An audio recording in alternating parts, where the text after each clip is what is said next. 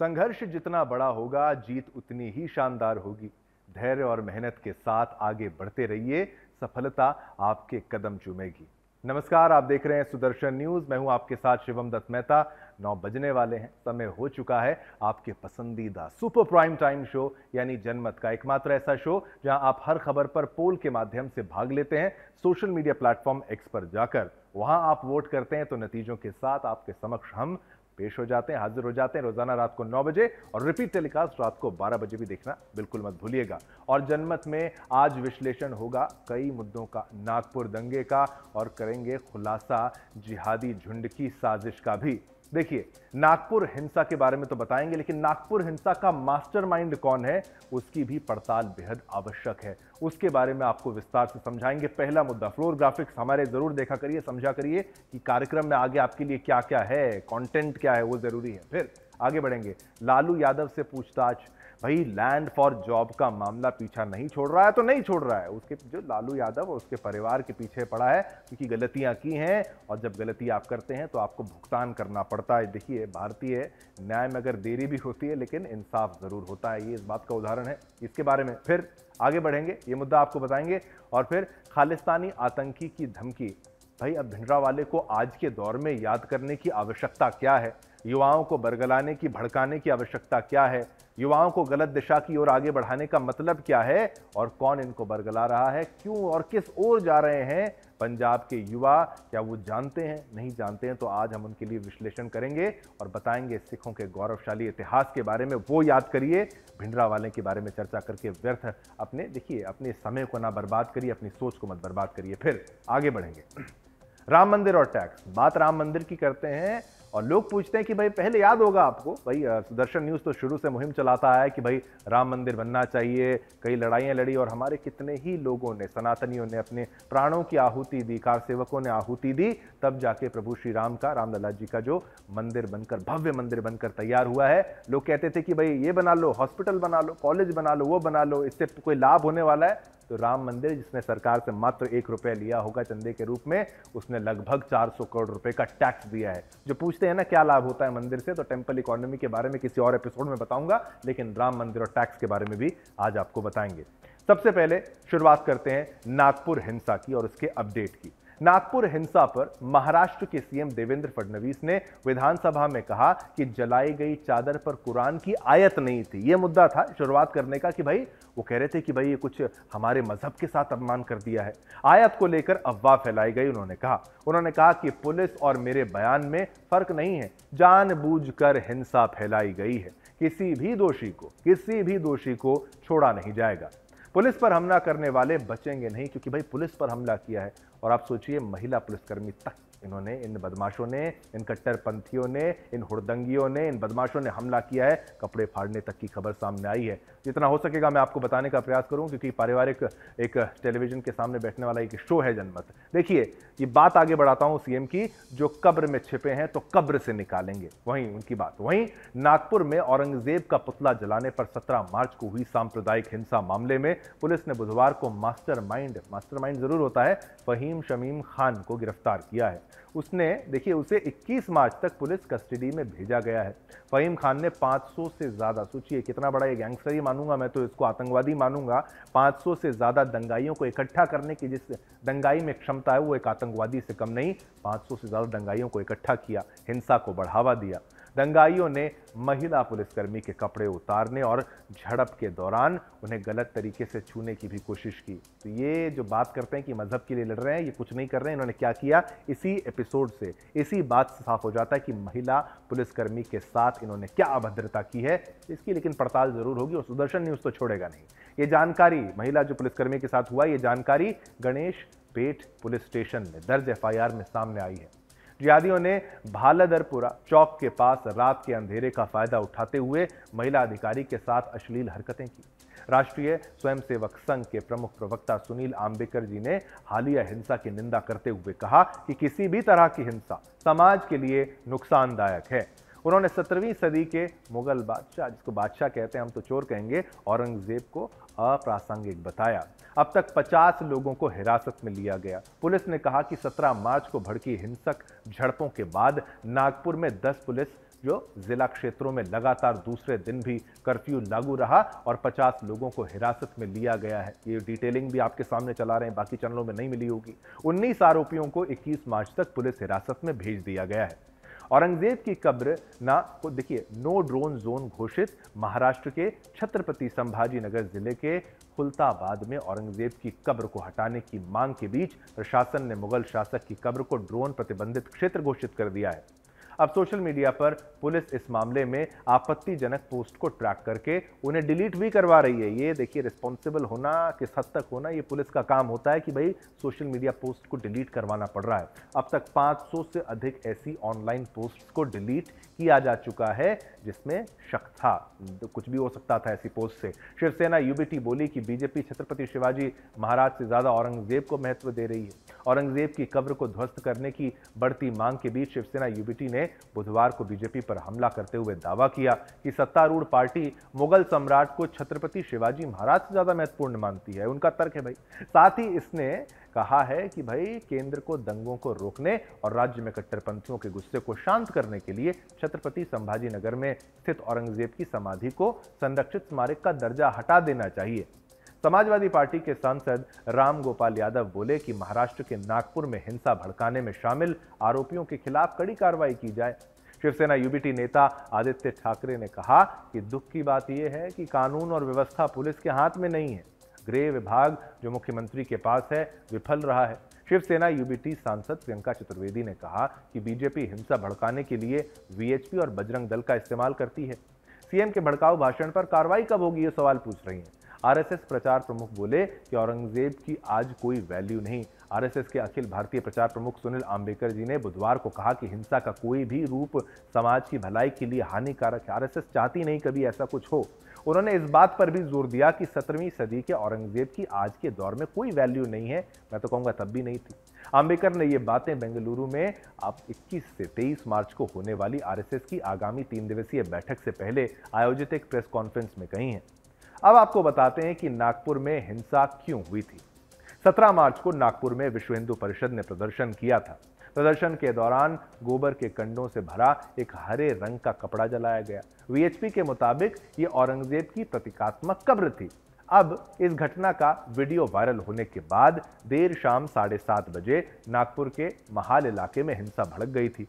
पथराव और तोड़फोड़ शुरू हो गई थी। जिहादियों ने घरों पर पथराव किया और सड़क पर खड़े दर्जनों वाहनों में तोड़फोड़ आगजनी की। पुलिस पर भी हमला किया। सोचिए, पुलिस से नहीं डरे। डीसीपी निकेतन कदम कुल्हाड़ी के हमले से घायल हुए हैं। सोचिए, कुल्हाड़ी अगर पड़े तो लकड़ी के 2 भाग हो जाते हैं। इंसान की क्या बिसात, इंसान के साथ तो क्या ही हो सकता है। पुलिस ने आंसू गैस के गोले छोड़े, स्वाभाविक है, छोड़ने पड़े। रात 10:30 बजे से 11:30 बजे के बीच ओल्ड भंडारा रोड के पास हंसपुरी इलाके में एक और झड़प हुई। नागपुर में हिंसा के बाद 18 मार्च को 11 इलाकों में कर्फ्यू लगा दिया गया था। जनमत में लगातार हम आपको कार्यक्रम दिखा रहे थे। हिंसा में 33 पुलिसकर्मी घायल हुए हैं। इनमें 3 डीसीपी हैं, 5 आम लोग भी घायल हैं। इनमें से एक तो आईसीयू में भर्ती है। ये स्थिति थी दंगा की। दंगाइयों ने 12 बाइकें, कई कारें, एक जेसीबी तक जला दी। पुलिस ने दंगे के आरोप में 50 लोगों को अरेस्ट किया है। वहीं संभाजी नगर में, छत्रपति संभाजी नगर में औरंगजेब की कब्र की सुरक्षा बढ़ा दी गई है। कब्र की ओर जाने वाले रास्तों पर बैरिकेडिंग कर दी गई है। हर आने जाने वालों की जांच की जा रही है। अब नागपुर हिंसा पर फडणवीस जी का बयान। हिंसा भड़काने वाला फहीम खान जो है वो गिरफ्तार और पुलिसकर्मियों पर हमला, एफआईआर दर्ज। ये अहम बातें हैं जो आपको याद रखनी होंगी कि कैसे ये पूरा मामला इतना आगे तक बढ़ा और इस लेवल तक उसको पहुंचने में किसने भड़काया। मास्टरमाइंड अभी तो एक गिरफ्तार हुआ है। मैं तो कहूंगा इसके पीछे बहुत बड़ा नेक्सस है। ये हर जगह सेम स्टाइल में कि भाई हमारे मजहब का अपमान हुआ है, हमारे प्रतीक के साथ कुछ किया गया है या फलां के साथ कुछ किया गया है, सेम पैटर्न पर झूठा प्रोपेगेंडा फैलाकर ये अपनी मजहब के साथ जो खिलवाड़ तो खुद कर रहे हैं। ये जो आतंकी की तस्वीर हम आपको दिखा रहे हैं, ऐसे लोग अपने मजहब को बदनाम करने में सबसे अव्वल दर्जे के बदमाश साबित होंगे आने वाले समय में। चलिए, ये खबर हमने आपको विस्तार से समझाई, अपडेट के साथ बताई कि क्या कुछ हुआ है नागपुर हिंसा में। विस्तार से देखिए वो रिपोर्ट भी और तमाम बातें भी। अब आगे बढ़ेंगे, अगली खबर का भी रुख करना है। बात करेंगे लालू यादव और उनके घोटालों की, साथ ही उनके परिवार की बढ़ती मुश्किलों की। बात करेंगे लालू परिवार पर कसते ईडी के शिकंजे की। अब लैंड फॉर जॉब मामले में ईडी ने आज लालू यादव से करीब 4 घंटे पूछताछ की। इससे पहले मंगलवार को राबड़ी देवी और तेज प्रताप यादव से भी करीब 4.5 घंटे और 5.5 घंटे पूछताछ की गई। ईडी को लैंड फॉर जॉब मामले में कुछ नए तथ्य मिले हैं, जिसके आधार पर यह पूछताछ शुरू की गई है। अब लैंड फॉर जॉब मामले में सीबीआई ने अपने इनपुट के आधार पर जांच शुरू की थी। इस घोटाले में 12 लोगों को जमीन के बदले नौकरी दी गई थी। ये मामला 2004 से 2009 के बीच का है, जब लालू प्रसाद यादव केंद्रीय रेल मंत्री थे। सीबीआई ने इस मामले में चार्जशीट दाखिल कर दी है और उसी चार्जशीट के आधार पर कानूनी प्रक्रिया चल रही है। सीबीआई की जांच के आधार पर ही ईडी की जांच भी चल रही है। जिन 12 लोगों को रेलवे में नौकरी लालू प्रसाद यादव के रेल मंत्री रहते हुए दी गई थी, उनसे भी पूछताछ हुई है। हालांकि जांच पूरी होने तक इन कर्मचारियों के नाम और उनसे हुई पूछताछ को गोपनीय रखा गया है। इस मामले में लालू परिवार के साथ साथ रेलवे के अधिकारियों को भी आरोपी बनाया गया है और उनके साथ भी पूछताछ हो रही है। इसी मामले में लालू प्रसाद के पीए भोला यादव भी जेल में हैं। ईडी को अपनी जांच में कुछ नए तथ्यों का पता चला है, जिसके आधार पर वो पूछताछ कर रही है। हालांकि चुनावी वर्ष में शुरू हुई इस पूछताछ को लालू यादव और उनकी पार्टी राजनीति से प्रेरित बता रही है।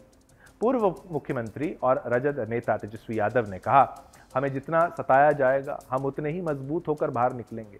वहीं राज्यसभा सांसद और लालू प्रसाद की बेटी मीसा भारती ने कहा कि ये सब राजनीति है और चुनाव को देखते हुए किया जा रहा है। सवालिया अंदाज में तेजस्वी यादव ने कहा, अगर हम राजनीति में नहीं होते तो मेरे पर एक केस होता क्या, मेरे पर कोई केस होता क्या, कोई मुकदमा नहीं होता। देखिए, राजनीतिक षड्यंत्र से मुकदमे जो हैं, उन जो मुकदमे किए जा रहे हैं, इसमें हम लोगों का कोई हमको फर्क नहीं पड़ने वाला है, कुछ नहीं बिगड़ेगा। मीडिया से कहा, आप लोग तो गिनती भी भूल गए होंगे कि कितनी बार हमको, कितनी बार लालू जी को और कितनी बार मेरी माँ को ईडी और सीबीआई ने बुलाया होगा या इनकम टैक्स ने बुलाया होगा। किसी को याद भी है, जब बुलाएगा तो जाएंगे, कानून का पालन करते हैं। बीजेपी का कहना है कि आरजेडी के नेताओं पर केवल केस हो ही नहीं रहा है, सजा भी, तो देखिए कह रहे हैं कि केवल केस नहीं हो रहा है, सजा भी हो रही है, दोष भी सिद्ध हो रहा है और सजा भी हो रही है। हर पापी के अपने कर्म का फल भुगतान जो है उसको भुगतना पड़ता ही है, भुगतान करना पड़ता है। लैंड फॉर जॉब केस की जांच केवल ईडी ही नहीं, सीबीआई भी कर रही है। दरअसल इस केस में जांच की शुरुआत सीबीआई ने ही की थी। सीबीआई ने सबसे पहले 18 मई 2022 को केस दर्ज किया था। उसके बाद जांच में ईडी की एंट्री हुई। ईडी पिछले साल इस केस में चार्जशीट दायर कर चुकी है।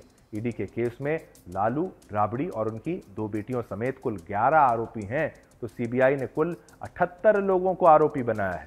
दोनों ही मामलों में लालू फैमिली को कोर्ट से जमानत मिल चुकी है। खैर, इस पर हमारी एक स्पेशल रिपोर्ट देखेंगे तो शायद मामले को और अच्छे से समझ पाएंगे।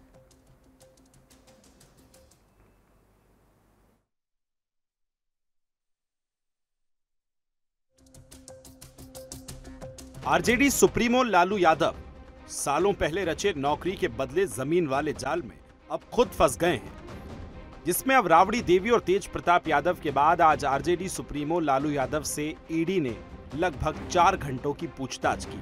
जिस पूछताछ में ईडी ने लालू यादव से ढेरों तीखे सवाल पूछे। किशुन देव राय ने अपनी 3000 वर्ग फीट की जमीन मात्र 3,75,000 रुपए में राबड़ी देवी को क्यों बेची? राजकुमार सिंह, मिथिलेश कुमार और अजय कुमार से आप कब मिले? आपसे मिलने और राबड़ी देवी को जमीन मिलने के बाद ही इन तीनों को मध्य रेलवे मुंबई में ग्रुप डी के पद पर नौकरी क्यों मिली? महुआ बाग के रहने वाले संजय रॉय ने अपनी 3,375 वर्ग फीट जमीन राबड़ी देवी को 3,75,000 में क्यों बेची? राबड़ी देवी के नाम पर जमीन रजिस्ट्री होने के बाद संजय रॉय और उसके परिवार के 2 सदस्यों को रेलवे में नौकरी मिली, ऐसा क्यों? किरण देवी ने अपने 80,905 वर्ग फीट जमीन 3,70,000 रुपए में आखिर अपनी बेटी मीसा भारती को ही क्यों बेची? जमीन रजिस्ट्री के बाद ही किरण देवी के बेटे अभिषेक कुमार को सेंट्रल रेलवे मुंबई में नौकरी मिली, ऐसा क्यों? आपसे मिलने के बाद हजारी राय के भतीजे दिलचंद कुमार और प्रेमचंद कुमार को वेस्ट सेंट्रल रेलवे जबलपुर और साउथ ईस्टर्न रेलवे कोलकाता में नौकरी मिली, ऐसा क्यों? नॉर्थ वेस्टर्न रेलवे जयपुर में नौकरी लेने वाले लाल बाबू रॉय ने मई 2015 में अपनी 1,360 वर्ग फीट की जमीन राबड़ी देवी के नाम पर मात्र 13 लाख रुपए में क्यों की? हदियानंद चौधरी को आप कब से जानते हैं? ब्रजनंदन राय ने अपनी 3,375 वर्ग फीट जमीन हदियानंद चौधरी को क्यों दी? हदयानंद चौधरी ने ईस्ट सेंट्रल रेलवे हाजीपुर में नौकरी मिलने के बाद गिफ्ट डीड के जरिए जमीन को आपकी बेटी हेमा को ट्रांसफर क्यों किया था? बीते मंगलवार को ईडी ने राबड़ी देवी से भी कुछ ऐसे ही तीखे सवाल पूछे थे। इसे तेजस्वी यादव ने दिल्ली में न्यू फ्रेंड्स कॉलोनी वाला बंगला कैसे लिया? सगुना मोड़ वाले अपार्टमेंट की जमीन कैसे खरीदी गई? पैसे कहां से आए? निर्माण कब शुरू हुआ? आपके नाम से जो जमीन है वो कैसे अर्जित की गई? जिन लोगों से नौकरी के बदले जमीन ली गई उनको आप कैसे जानती हैं? आप उन लोगों से पहली बार कब मिली? उन लोगों को नौकरी देने के लिए आपने क्यों पैरवी की? सीबीआई का आरोप है कि साल 2004 से 2009 तक लालू के रेल मंत्री रहते हुए लैंड फॉर जॉब स्कीम हुआ था। इस दौरान लालू परिवार के सदस्यों के नाम पर जमीन और प्रॉपर्टी ट्रांसफर कराई गई। ये नौकरियां मुंबई, जबलपुर, कोलकाता, जयपुर और हाजीपुर जोन में दी गई। लालू के परिवार ने बिहार में 1 लाख स्क्वायर फीट से ज्यादा जमीन मात्र 26 लाख रुपए में हासिल कर ली। उस समय के सर्कल रेट के अनुसार जमीन की कीमत लगभग 4.39 करोड़ रुपए थी। लैंड ट्रांसफर के ज्यादातर केस में जमीन मालिक को कैश में भुगतान किया गया। लालू यादव के रेल मंत्री रहते हुए हुआ लैंड फॉर जॉब स्कैम में उनके साथ साथ उनके परिवार पर भी ढेरों आरोप हैं। पत्नी राबड़ी के साथ साथ बेटी मीसा और हेमा पर सभी के नाम पर रेलवे में नौकरी के लिए अप्लाई करने वाले कैंडिडेट से जमीन ट्रांसफर कराने का आरोप है। तेजस्वी यादव पर आरोप है कि उन्होंने रेलवे में नौकरी के लिए अप्लाई करने वाले कैंडिडेट से दिल्ली की न्यू फ्रेंड्स कॉलोनी में 150 करोड़ का बंगला सस्ते दाम में खरीदा। राबड़ी देवी की गौशाला के पूर्व कर्मचारी हदयानंद चौधरी ने नौकरी के बदले एक कैंडिडेट से जमीन ली, फिर लालू यादव की बेटी हेमा को गिफ्ट किया। यही नहीं, अमित कात्याल ने लालू परिवार के लिए कंपनियां बनाई और बाद में मामूली राशि को लेकर कंपनियों के शेयर ट्रांसफर किए। लैंड फॉर जॉब मामले में कुछ इसी प्रकार 20 जनवरी 2024 को ईडी की टीम ने लालू और तेजस्वी से पूछताछ की थी। इसमें ईडी ने 50 सवाल पूछे थे और उस समय भी लालू फैमिली इन सवालों के जवाब देने में असफल रही थी। Bureau report, Sudarshan news.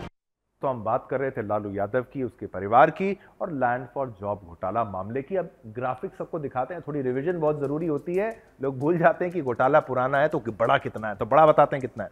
क्या है लैंड फॉर जॉब स्कैम? देखिए, साल 2004 से 2009 तक कौन कौन लालू के रेल मंत्री रहते हुए, लालू यादव के रहते हुए लैंड फॉर जॉब स्कैम ये हुआ है 2004 से 2009 तक। और क्या है, मैं ज्यादा पीछे न चला जाऊं, लालू परिवार के सदस्यों के नाम पर जमीन और प्रॉपर्टी ट्रांसफर कराई गई है, ये है। और क्या है, फटाफट आपको दिखाते चलते हैं, बताते हैं क्या विस्तार में है। अब इसमें नौकरियां मुंबई, जबलपुर, कोलकाता, जयपुर और हाजीपुर जोन में दी गई हैं। तो बहुत बड़ा घोटाला है भाई, कहां कहां नहीं दी गई हैं। अब लालू परिवार ने बिहार में 1 लाख स्क्वायर फीट से ज्यादा जमीन मात्र 26 लाख रुपए में हासिल कर ली। ये भी एक बहुत बड़ा हुनर है, चोरी करना। उस समय के सर्कल रेट के अनुसार जमीन की कीमत करीब 4.39 करोड़ रुपए थी, यानी लगभग 4 करोड़ 40 लाख रुपए थी। और क्या, और आपको बताते हैं, लैंड ट्रांसफर के ज्यादातर केस में जमीन मालिक को कैश में भुगतान किया गया। भाई कैश में दिया गया तो कैश का क्या ही हिसाब है, ये लीजिए। और आगे बढ़ते हैं, आपको कैश का ये देखिए, ये पूरे आपको ग्राफिक्स के माध्यम से हमने आपको समझाया। अब खुद को गरीबों के मसीहा बनने का दावा, बताने का दावा करने वाले लालू यादव एक बार फिर कटघरे में हैं। लैंड फॉर जॉब घोटाले में ईडी के सामने पेशी हो रही है, लेकिन सवाल यह है कि कब तक लालू परिवार अपनी करनी से बचता रहेगा। चारा घोटाला में सजा काट चुके लालू यादव अब नौकरी के बदले जमीन हड़पने की संगीन आरोपों में फिर से घिर चुके हैं। रेल मंत्री रहते हुए लालू यादव ने बेरोजगार युवाओं से उनकी जमीनें लेकर नौकरी देने का खेल खेला। ये सिर्फ भ्रष्टाचार नहीं, बल्कि गरीबों के सपनों से किया गया धोखा है।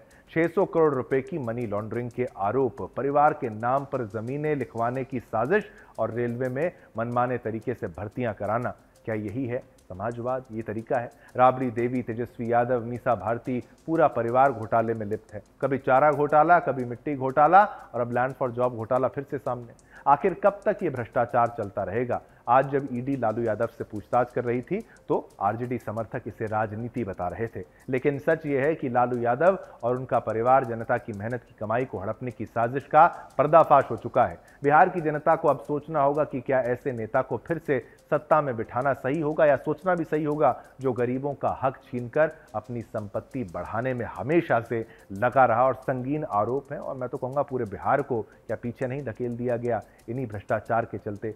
बड़ा मुद्दा था। चलिए अब अगले मुद्दे पर चलेंगे, और बात बड़ी है तो मैं कहूंगा बड़ी स्क्रीन पर भी आपको ये मुद्दा हम विस्तार से समझाएंगे कि मुद्दा क्या है। देखिए, बात करेंगे राम मंदिर की। जी हां, राम मंदिर केवल एक लिया, 396 करोड़ टैक्स दिया, मैं तो कहूंगा 400 करोड़ दिया। देखिए, राम भक्तों की सदियों के आंदोलन के बाद अयोध्या में बना राम मंदिर देखिए जून 2025 तक पूरी तरह से तैयार हो जाएगा। राम मंदिर का निर्माण हिंदू समाज के सहयोग से हुआ है और इसमें सरकार से कोई मदद नहीं ली गई है। ये लोगों ने आपस में, देखिए भगवान ने लोगों को दिया तो लोगों ने मंदिर बनवाने का जो प्रयास किया, भगवान के कर कमलों से ही होता है, उनकी सोच से होता है, उनके विचार से होता है, जो आपके विवेक में आकर फिर आपसे वो कर्म कराते हैं, वो शुभ कर्म कराते हैं। लोगों ने दान दिया, मंदिर बना। मंदिर ने इसके बावजूद सैकड़ों करोड़ का टैक्स जो है वो देखिए सरकार को जमा किया है। श्री राम जन्मभूमि तीर्थ क्षेत्र ट्रस्ट की एक बैठक में महामंत्री चंपत राय ने कई जानकारियां दी हैं। उन्होंने बताया है कि मंदिर निर्माण का 96% काम पूरा हो चुका है। तो ये अच्छी खबर भी सुनते चलिए, ये जून 2025 तक संपूर्ण हो जाएगा, पूरा होगा। मंदिर की दीवार का काम 60% पूरा हो चुका है, इसको भी जल्द पूरा किया जाएगा, ये भी आशा है। चंपत राय जी ने जानकारी दी है कि मंदिर निर्माण के लिए अब तक 2150 करोड़ रुपए खर्च किए जा चुके हैं। ये पैसा हिंदुओं ने जमा किया है। अब राम जन्मभूमि ट्रस्ट के लिए आगे लगने वाली लागत भी इसी फंड से लगाई जाएगी। राम मंदिर ट्रस्ट को हिंदुओं ने निर्माण के लिए 3500 करोड़ से अधिक दान में दिए थे। मंदिर निर्माण के लिए राज्य या केंद्र सरकार से कोई भी आर्थिक सहायता नहीं ली गई है। सरकार ने सांकेतिक रूप से मंदिर निर्माण के लिए 1 रुपए का दान दिया था। यहां तक कि जन्मभूमि क्षेत्र के भीतर जो निर्माण कार्य सरकारी एजेंसियां कर रही हैं, उसका भी पैसा मंदिर ट्रस्ट ही दे रहा है। मंदिर क्षेत्र में राम कथा संग्रहालय, विश्राम गृह और 3 प्रवेश द्वार बनाने के लिए उत्तर प्रदेश भवन निर्माण निगम को ट्रस्ट ने 200 करोड़ का भुगतान किया है। राम मंदिर निर्माण से हिंदुओं का सदियों की प्रतीक्षा तो पूरी हुई ही है, सरकार के खजाने को भी मोटा फायदा ही हुआ है। तो राम तो देके ही जा रहे हैं। देखिए, आइए आपको अब चलेंगे, ठीक है, ये मैं कहूँगा ये स्क्रीन हटाएंगे, कुछ ही पलों में हम बड़ी स्क्रीन पर जाने वाले हैं। एक बार फिर से ये हम शॉर्ट्स हटाते हैं और बड़ी स्क्रीन पर आते हैं कि भाई आखिर कैसे और किस रूम में जो है राम मंदिर पर अब तक सरकार को लगभग 500 करोड़ जो है फायदा हुआ है। मैं थोड़ा इधर आ जाता हूं, मंदिर की तरफ आ जाता हूं और आपको बताता हूं। अब ये देखिए, अर्थव्यवस्था को राम मंदिर का आशीर्वाद, लिया 1 रुपया, दिया 400 करोड़ रुपया, ये राम मंदिर में जो है। और अब देखिए, 1 लेके 400 को 272 करोड़ जीएसटी। और क्या है इसमें, वो भी आपको विस्तार से समझाते चलते हैं ग्राफिक्स के माध्यम से। वो भी आपको समझाएं कि भाई ये लगभग 40 करोड़ जो है वो टीडीएस ही यहां पर है। अब मंदिर करीब है तो मैं कोशिश करता हूं, मैं अपने जूते उतार ही देता हूं, ये शोभा भी नहीं देता है और हमारे संस्कार भी नहीं है सुदर्शन के। तो मंदिर के करीब आना है मुझे, ठीक है। ये 400 करोड़ दिए, 5 करोड़ नक्शे पास के लिए दिए गए, 5 करोड़ नक्शा पास कराने के लिए। और क्या है वो भी आपको समझाता जाता हूं। लिया 1 रुपया, दिए 400 करोड़ में 29 करोड़ जमीन खरीद पर स्टाम्प ड्यूटी दी गई है। तो राम मंदिर ने क्या दिया है, लिया क्या, कुछ नहीं लिया, लेकिन दिया ही दिया है। सरकार तक को देने की जो क्षमता है, प्रभु की क्षमता का तो क्या हम क्या अंदाजा लगाएं। 1 रुपया दिया 414 करोड़ लेबर सेस दिया है, लेबर सेस दिया है। और क्या है, और भी अगर कुछ हो स्क्रीन पर वो भी आपको विस्तार से समझाते चलें। तो राम मंदिर ने दिया ही दिया है। जो लोग आपत्ति जताते थे कि मंदिर बनाने से क्या लाभ होगा, क्या मिलेगा, उनको बता दें कि 4 करोड़ ईएसआईसी यहां पर दिया गया। ईएसआईसी 7.4 करोड़ यहां पर है। और क्या है, और भी जान लीजिए, 4 करोड़ का तो बीमा है, यानी जो इंश्योरेंस होता है वही 4 करोड़ रुपए का है, ये इसमें है। 10 करोड़ बिजली बिल है, ये देखिए बिजली बिल तक 10 करोड़ का दिया है। अब ये बोलेंगे ना कि भाई ये संघ की तरफ से बनवाया जा रहा है, बीजेपी की तरफ से बनाया जा रहा है, तो फिर पैसे क्यों दिए जाएंगे, पैसे कौन देगा फिर, अगर जब ये सरकार बनवारी करवा रही है। 14.9 करोड़ रुपए राज्यों को रॉयल्टी दी गई है। और भी अगर कोई ग्राफिक्स है इसको फटाफट हम क्लोज करते हैं, फिर हम ग्राफिक्स के बाद ब्रेकअप लेंगे। लीजिए, ये तमाम ग्राफिक्स थे जो आपके समक्ष हमने रखे। देखिए, राम मंदिर से देखिए भक्तों को ज्यादा लाभ हुआ है, सरकार को ज्यादा लाभ हुआ है। मंदिर का निर्माण तो केवल भक्तों के मामूली चंदे से ही हो गया। जो समस्त सनातनियों ने, हिंदुओं ने, चाहे वो भारत में हो चाहे विदेश में हो, विश्व के कोने कोने में हो, सभी ने कुछ कुछ चंदा दिया और 3,500 करोड़ रुपए का चंदा वो पहुंचा। उसके बाद मंदिर ने अब लौटाना शुरू किया है। ये शुरुआत है। देखिए, ये 3500 करोड़ लिया है, मेरे को लग रहा है 35,000 करोड़ जो है वापस लौटा दिया जाएगा इन्हीं टैक्सेस के रूप में। और जो जनता को आसपास फायदा हो रहा है, लाभ हो रहा है, वो तो अलग ही। चलिए, राम मंदिर में श्रद्धालु दान भी खूब कर रहे हैं। श्रद्धालु राम मंदिर को 944 किलोग्राम चांदी भेंट कर चुके हैं। ट्रस्ट इन्हीं चांदी के ईंटों के रूप में इनको बदलकर जमा कर रहा है। सोने के भी काफी आभूषण प्राप्त हुए हैं। श्रद्धालुओं ने मंदिर में मुकुट, कुंडल एवं बाकी कई आभूषण जो हैं वो दिए हैं। गौरतलब है कि अयोध्या में राम मंदिर बनाने का निर्णय 9 नवंबर 2019 को सुप्रीम कोर्ट ने दिया था। इसके बाद केंद्र सरकार ने राम जन्मभूमि ट्रस्ट का गठन किया था। राम मंदिर का नींव पूजन जो है 5 अगस्त 2020 को हुई थी और हुआ था, और इसके बाद मंदिर बनना चालू हुआ। 22 जनवरी 2024 को मंदिर में श्री राम जी की बाल प्रतिमा की प्राण प्रतिष्ठा की गई थी। अब दान और टैक्स के ये आंकड़े उन लोगों के मुंह पर तमाचा है जो राम मंदिर के निर्माण पर सवाल उठा रहे थे कि इससे क्या लाभ होगा, क्या फायदा होगा।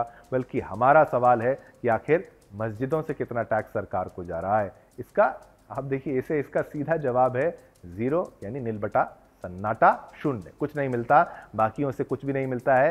मंदिरों से बहुत सी उम्मीद की जाती है। इस मामले में ये मामला थोड़ा हटके था, लेकिन हम बार बार ये कहते हैं कि मंदिरों को सरकारों की कंट्रोल से दूरी रखेंगे, केवल यहाँ नहीं, हर मुद्दे पर। चलिए, ये खबर भी हमने आपको बताई, विस्तार से समझाई, लेकिन खबर पर जनमत का मतलब है पोल। पोल माने आपसे हम जो प्रश्न पूछते हैं सोशल मीडिया प्लेटफॉर्म एक्स पर, राम मंदिर टैक्स विरोधियों पर मुंह पर तमाचा है, उनके मुंह पर हाँ बिल्कुल है। 98% लोगों ने कहा हाँ।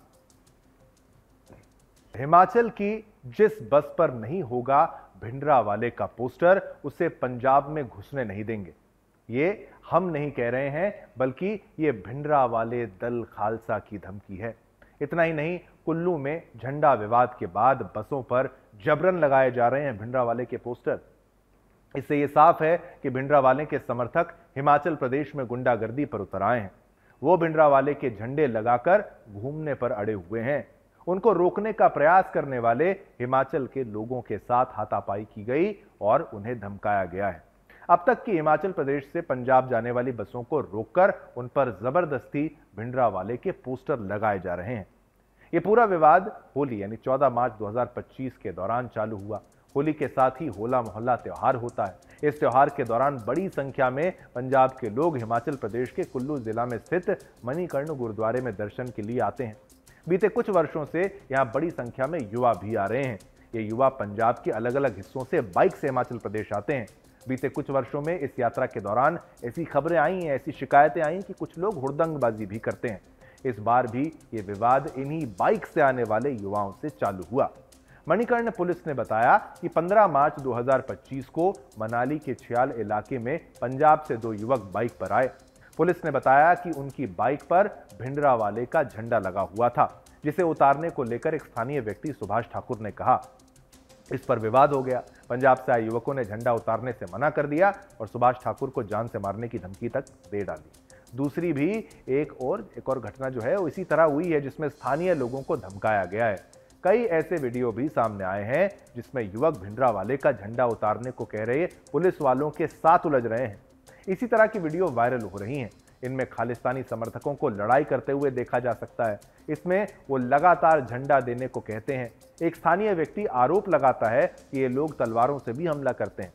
एक और वीडियो वायरल हो रही है। इसमें कुछ युवक एक बैरियर तोड़ते हुए दिखाई पड़ते हैं और ऐसे तो बसों में पोस्टर लगाते हुए भी नजर आ रहे हैं। भिंडरावाले का झंडा लगाने के मामले में हिमाचल पुलिस ने 2 लोगों के खिलाफ मामला भी दर्ज किया है। वहीं हिमाचल प्रदेश में भिंडरावाले का झंडा हटाने के बाद अब पंजाब में HRTC Himachal road transport corporation की बसों को रोका जा रहा है। पंजाब से आने वाली निजी बसें भी निशाना बन गई हैं। इन पर पंजाब के भीतर भिंडरावाले के पोस्टर जबरदस्ती चिपकाए जा रहे हैं। एक और वीडियो सामने आ रही है जिसमें कुछ युवक HRTC बसों पर भिंडरावाले के पोस्टर लगा रहे हैं, जैसे कि आप देख पा रहे हैं। ये युवक वीडियो में कहते हुए दिखते हैं कि हिमाचल प्रदेश से वही बस पंजाब में घुसने दी जाएगी जिस पर भिंडरावाले की तस्वीर लगी होगी। अब अकाल तख्त के एक जत्थेदार ने भी हिमाचल प्रदेश में भिंडरावाले का झंडा हटाए जाने की निंदा कर डाली है और कहा है कि वो कौमी शहीद है। इस मामले में अकाल तख्त ने हिमाचल प्रदेश के मुख्यमंत्री सुखविंदर सिंह सुक्खू से मांग की है कि वो पंजाब से आने वालों की सुरक्षा सुनिश्चित करे। पंजाब से आए युवकों के हिमाचल प्रदेश के भीतर भिंडरावाले का झंडा लेकर चलने और स्थानीयों से झगड़ने और पुलिस के साथ हाथापाई करने को लेकर कई जगह गुस्से का माहौल है। स्थानीय लोगों ने आरोप लगाया है कि हिमाचल पुलिस इन हुड़दंगियों के खिलाफ नरमी बरत रही है। एक स्थानीय व्यक्ति ने ऐसे कई वीडियो साझा किए हैं जिसमें कुछ युवक एक सुरंग के भीतर लापरवाही से बाइक चलाते दिखते हैं। वहीं हिमाचल प्रदेश पुलिस ने कहा है कि वो नियम तोड़ने वालों और हिमाचल प्रदेश में बिना कागज की बाइक लाने वालों के खिलाफ कार्रवाई कर रही है। हिमाचल पुलिस ने इस बीच 180 बाइकों का चालान भी काटा है। प्रदेश के पूर्व मुख्यमंत्री जयराम ठाकुर ने भी भिंडरावाले के फोटो लगाकर लगाने वालों की आलोचना की है। उन्होंने कांग्रेस सरकार पर भी निशाना साधा है कि वो इन लोगों पर कार्रवाई क्यों नहीं कर रही है। आप भी एक बार इन सभी वीडियोस पर अच्छे से नजर डालिए कि भाई देखिए हो क्या रहा है। ये वीडियोस आपके टेलीविजन स्क्रीन पर जो हम आपको दिखा रहे हैं कि भाई क्यों भिंडरावाले वाला दौर। तो देखना आप देखा तो आपने देखा कि एक आतंकी के लिए ये नई मोहब्बत कहां से आ गई है और ये देश के लिए कितनी हानिकारक है। आप सोचिए, इसीलिए प्रशासन को इन पर सख्त से सख्त कार्रवाई करके जल्द से जल्द इन्हें रोकना पड़ेगा। अगर नहीं रोका तो फिर से एक गलत समय जो है वापस लौटने की संभावना है, जो कि भारत के लिए बिल्कुल भी लाभदायक नहीं है। और ऐसे युवकों को इनको समझाना चाहिए, इनको कौन बरगला रहा है, कौन भड़का रहा है और किस बात का क्या ज्ञान दिया जा रहा है। ये बहुत समझने वाली बात है कि भाई सिखों से तो पूरा देश प्रेम करता है, लेकिन ये भिंडरावाला एंगल जो आप लाएंगे तो फिर विरोध अगर होगा तो उसको गलत दिशा में ले जाने का प्रयास करेंगे तो फिर इसको एजेंडा ही कहा जा सकता है, प्रोपेगेंडा ही कहा जा सकता है। चलिए खबर आपको बताई और इस खबर पर पोल के माध्यम से जो प्रश्न हमने आपसे पूछा जरा वो भी आपकी टेलीविजन स्क्रीन पर हम दिखा दें। प्रशासन खालिस्तानी गुंडागर्दी पर कसेगा शिकंजा, ये हमारा आपसे प्रश्न था। 94% लोगों ने कहा हाँ, 6% ने कहा ना। अब एक और मामला है, बहुत महत्वपूर्ण है, मामला मेरठ का है। देखिए, पहले प्रेम विवाह, फिर बेवफाई, इसके बाद दूसरे प्रेमी के साथ मिलकर पति की जघन्य हत्या ने लोगों को स्तब्ध कर दिया, हैरान कर दिया है। पत्नी मुस्कान की हैवानियत ऐसी कि पति की लाश के टुकड़े करके ड्रम में डाल दिया और ऊपर से सीमेंट से ड्रम का मुंह बंद कर दिया। इस हत्याकांड के बारे में जो भी सुन रहा है वो हैरान है। स्थानीय लोग भी कह रहे हैं इतनी हैवानियत किसी महिला में नहीं देखी थी कभी। एसपी सीटा आयुष जो है विक्रम ने बुधवार को प्रेस कॉन्फ्रेंस कर पूरे मामले से पर्दा उठाया। मेरठ के इंदिरा नगर में मंगलवार अचानक पुलिस की गाड़ियां पहुंचती हैं। वो एक घर में दाखिल होते हैं और प्लास्टिक के ड्रम को तलाशते हैं। इसी ड्रम में पत्नी मुस्कान ने अपने प्रेमी साहिल के साथ मिलकर पति की लाश के टुकड़े छिपाए थे। अब देखिए, पत्नी ने अपने सामने प्रेमी साहिल से जो है साहिल के पति को मारने के लिए प्रेमी का इस्तेमाल किया और पति के 3 टुकड़े करवाए उसने और उसे ड्रम में डालकर सीमेंट से उसको बंद कर दिया, सीमेंट डाल दिया उस पर। पुलिस को घंटों मशक्कत के बाद लाश के टुकड़े बरामद हुए हैं। पुलिस पूछताछ में हत्या आरोपी पत्नी मुस्कान ने कबूल किया है कि 4 मार्च को ही अपने देखिए आशिक के साथ मिलकर उसने अपने पति की जान ले ली थी। पहले खाने में बेहोशी की दवा मिलाई, इसके बाद चाकू से अपने आशिक की मदद से पति के कलेजे पर ताबड़तोड़ वार किए। मुस्कान और उसके प्रेमी ने पूछताछ में बताया कि लाश के टुकड़े करने के बाद वो बाजार से एक ड्रम लेकर आए। उसी ड्रम में मुस्कान ने अपने प्रेमी के साथ मिलकर अपने पति के टुकड़े को भरकर उस पर सीमेंट का घोल डाल दिया। फिर मुस्कान ने अपनी बेटी को अपनी मां के पास छोड़ा, घर पर ताला लगाया और पति के साथ जो है अपने देखिए प्रेमी के साथ जो घूमने की बात कहकर पति के साथ घूमने की बात कहकर गायब हो गई। एसपी सिटी ने बताया कि सौरभ ने मुस्कान से इंटरकास्ट मैरिज की थी, ये बात है, जिससे उसके घर वाले भी अलग रहते थे। मुस्कान और उसका बॉयफ्रेंड साहिल पुराने दोस्त थे, दोनों 8वीं तक एक साथ पढ़ाई कर चुके थे। पति सौरभ के विदेश जाने के बाद साहिल से मुस्कान की नजदीकी बढ़ी और दोनों ने हटाने का प्लान कर दिया, पति को तैयार प्लान बनाना आरंभ कर दिया।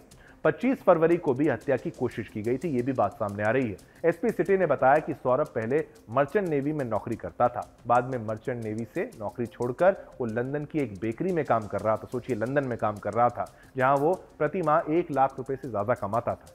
पत्नी मुस्कान का 25 फरवरी को जन्मदिन था, इसलिए 24 फरवरी को सौरभ लंदन से आया था। अब इससे पहले मुस्कान ने 22 फरवरी को चिकन काटने वाले 2 चाकू 800 रुपए में खरीदे थे। मुस्कान के जन्मदिन पर भी सौरभ को शराब में दवाई पिलाकर मारने की प्लानिंग थी, लेकिन उसने शराब नहीं पी, जिस वजह से वो उस दिन बच गया। अब देखिए, कोफ्ते में फिर नशीली दवाई मिलाई और फिर चाकू से 3 टुकड़े किए। इसके बाद 3 मार्च को मुस्कान और सौरभ की बेटी पीहू परीक्षा खत्म हुई और 3 मार्च को सौरभ अपने पिता के घर गया था और वहां से कोफ्ता लाया था। इसी कोफ्ते में पत्नी मुस्कान ने बेहोशी की दवा मिला दी, जिसे खाने के बाद वो बेहोश हो गया। सौरभ के बेहोश होने के बाद मुस्कान ने प्रेमी साहिल को बुलाया। इसके बाद दोनों ने मिलकर चाकू से सौरभ पर कई वार किए, शव के 3 टुकड़े किए, काट डाला शव को। साहिल ने सौरभ के सिर और हाथ को अपने घर एक बड़े बैग में पैक करके वो ले गया था, जो मार्केट से वो लाए थे। अब 4 मार्च को शव ड्रम में पैक कर हिमाचल घूमने निकल लिए। एसपी सिटी ने बताया कि अगले दिन यानी 4 मार्च को साहिल ने ड्रम और सीमेंट खरीदा।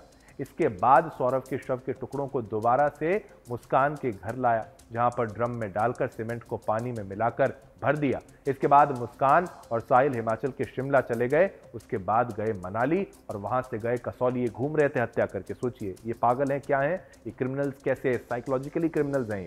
इस टूर से 2 दिन पहले यानी मार्च को लौटे थे। मुस्कान अपने मायके में रहने लगी थी। एसपी सिटी ने बताया कि मुस्कान से बार बार उसकी बेटी पिता से बात करने की जिद कर रही थी। इसी बीच मुस्कान के माता पिता ने भी दामाद के बारे में जानना चाहा। इस पर मुस्कान ने माता पिता को बताया कि पति की हत्या साहिल के साथ मिलकर की है।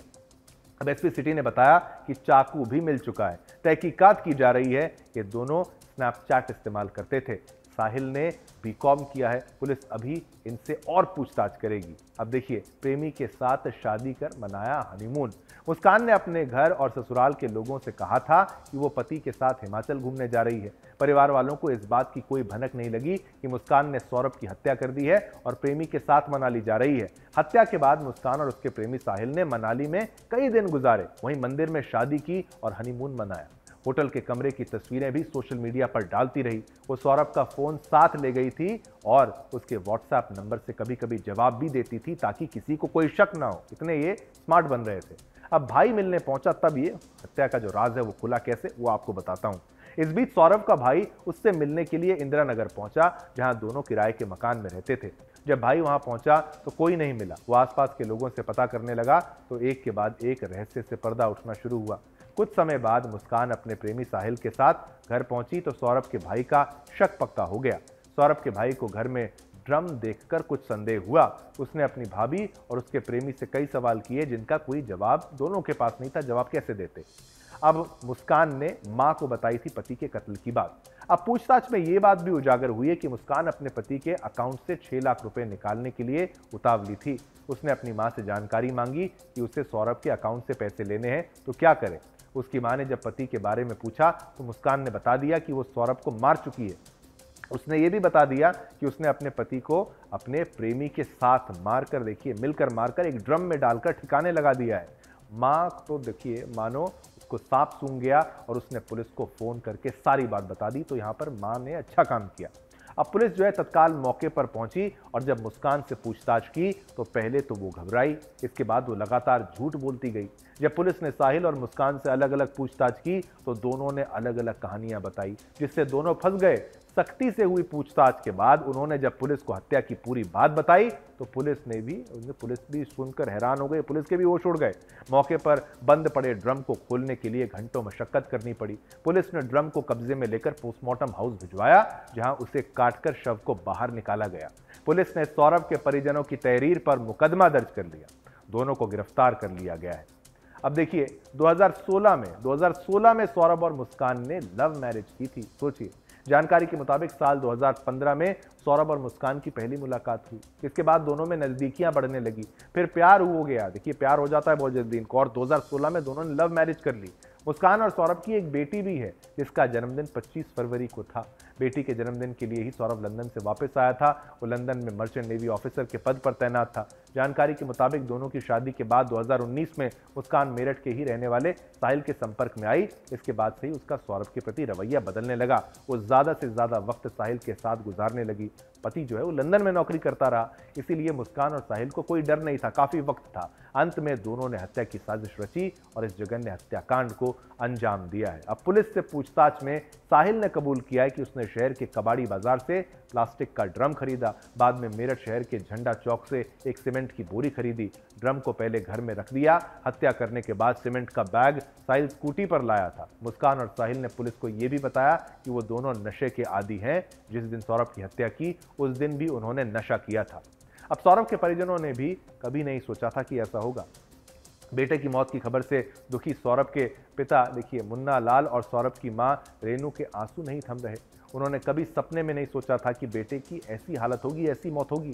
सौरभ के भाई बहन भी इस हत्या से हताश हैं। पिता कहते हैं कि लोग प्रेम करते हैं साथ जीने के लिए, खुशी के लिए, लेकिन उनके बेटे को तो झूठी मोहब्बत ले डूबी। अब मोहल्ले में भी सन्नाटा पसर गया है। इस घटना के बाद हर कोई हैरान है, परेशान है। पूरे मोहल्ले में सन्नाटा है। स्थानीय पार्षद हरिकिशन गुप्ता ने कहा कि अब तो सब कुछ पता चल चुका है। एक शादीशुदा ने दूसरे युवक के साथ नजदीकियां बढ़ाई और वो पत्नी जिसने कभी साथ जीने मरने का वादा किया होगा, उसने जान ले ली। अब गुप्ता जी ने कहा कि किसी को कभी रत्ती भर भी शक नहीं हुआ। वो सिर्फ बेटी को स्कूल ट्यूशन छोड़ने और लाने के लिए बाहर निकलती थी। किसको पता था ये अपने आशिक के साथ, प्रेमी के साथ मिलकर अपने ही पति को, जो उसको पैसे बेचता होगा, उसका भरण पोषण करता होगा, लंदन में एक तरीके से 1 लाख कमाता तो जरूर होगा, लेकिन मेहनत कितनी करनी पड़ती होगी, परिवार से दूर रहकर सोचा होगा कि मेरा परिवार आगे बढ़े, मेरी बेटी आगे बढ़े।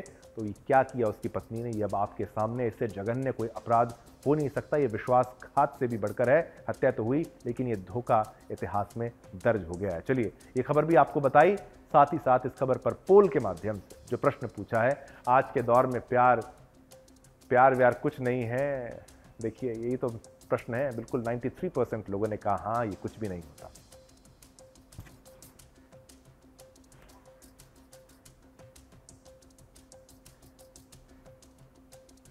चलिए, इसी के साथ आज्ञा दीजिए। समय इतनी ही अनुमति देता है आपके साथ संवाद करने की। मुद्दा और भी थे, लेकिन कल फिर आएंगे, नए मुद्दे आपके लिए लेकर आएंगे। तब तक के लिए मेरी तरफ से, मेरी टीम की तरफ से आप सभी को जय हिंद, जय भारत, जय हिंदुस्तान।